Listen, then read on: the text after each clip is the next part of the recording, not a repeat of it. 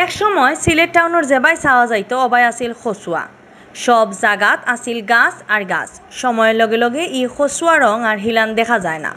এর বাদেও একরকম ঠিকই আছে জল্লার ফারর জল্লা একটা। ইট সিমেন্টের টাউনও একটা আলাদা এক সুন্দর জায়গা, কিন্তু বহুত দিন ধরে যত্ন আর সাফসফা না করায় জল্লার আগর রুফার নাই। খান্দা খাসার রেস্টুরেন্ট আর মার্কেট থেকে খাসরা ফালাইয়া জল্লার সেরা খারাপ হয়ে গেছে। খেউরুর খেয়াল নজর না থাকায় গাছ লাগাইয়া জল্লার এক সাইড দখল করতে চাইরা কিছু মানছে, লগে ব্যবসার মালামাল রাখিয়া দখল করা হয়েছে ওয়াকুয়ের হেসমাতা। খেউ খেউ আবার কইরা জল্লা একটা তারা নিজের সম্পত্তি। এই জায়গার মালিক আমরা খাজনা না দেওয়া গিয়া অন্য কিনি লিখছে আর নোটিশটা গুপ্ত করে লিখছে, গুপ্ত করে তারা মালিক হয়ে গেছে। এই জায়গায় 24 কিয়া জায়গা।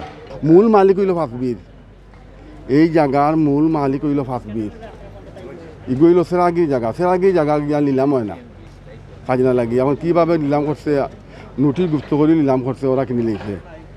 আগর দিনের নিয়ম আছিল টিন খুলিয়া খাজনা টাকা নিত, সরকারের টিন নিত গিয়া।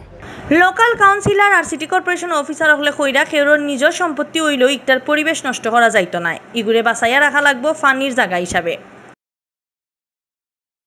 আমরা একসময় জানতাম এখানে ওয়ান সিটি নামে একটা হবে, তো তুমি আসার উদ্যোগ নিয়েছি এবং জলাশয় যদি থাকে সেটা কিন্তু আইনগতভাবে কেউ বরাদ করে কোনো ধরনের স্ট্রাকচার করতে পারবে না, সিটি কর্পোরেশনের থেকে তারা পারমিশন নিতে হবে।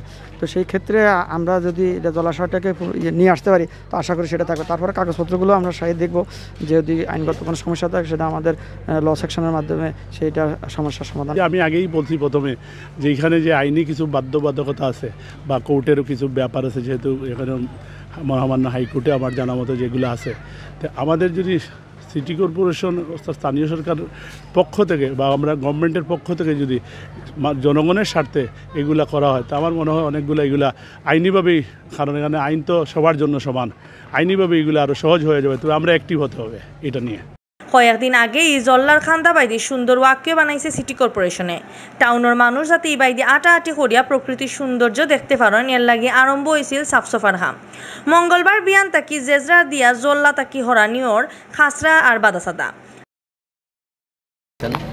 আমরা এটা পরিষ্কার পরিচ্ছন্ন হওয়ার পরে সরকারের যতটুকু জায়গা সেটা যৌথভাবে জরিপ করে আমরা আমাদের জায়গায় চলে যাব, সরকারি জায়গায় চলে যাব এবং এটাকে উন্মুক্ত রাখা হবে।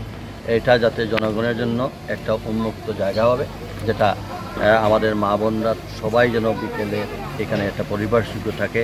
এখানে সিকিউরিটি থেকে আরম্ভ করে আমরা সব মেজারমেন্ট আমরা নেব এবং পুলিশ প্রশাসনও আমাকে সর্বাত্মক সহযোগিতা আশ্বাস দিয়েছেন। আর আমার সিটি কর্পোরেশনের আমরা যারা আছি, আমার সমস্ত কমিশনার, আমার সমস্ত কর্মকর্তা কর্মচারীরা আমরা ডেডিকেটেড এই কাজগুলো করার জন্য। আর পরিবেশ কর্মী হলে আশা করা আগর পরিবেশ ফিরিয়া পরিবেশ কর্মী হলে আশা করা আগর পরিবেশ ফিরাইয়া আনিয়া জল্লার ফার ওইব দেখার মতো সুন্দর জায়গা।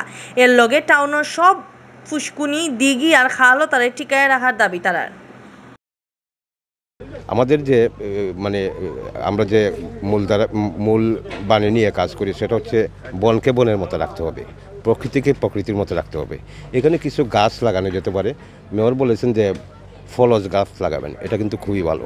ফল দিবে, বৃক্ষ ফল দেয় এবং বৃক্ষ যদি ফল দেয় তো এই ফলেরও একটা ফলাফল আছে। এই সব মিলিয়ে এক কথায় একটা প্রাকৃতিক উদ্যান হোক, সেটা ছোটো হোক। 5 একর কিন্তু এই শহরের জন্য বিশাল একটি জায়গা। আমরা চাই যে একটা প্রাকৃতিক উদ্যান হোক যেখানে মানুষ শ্বাস নিতে পারে।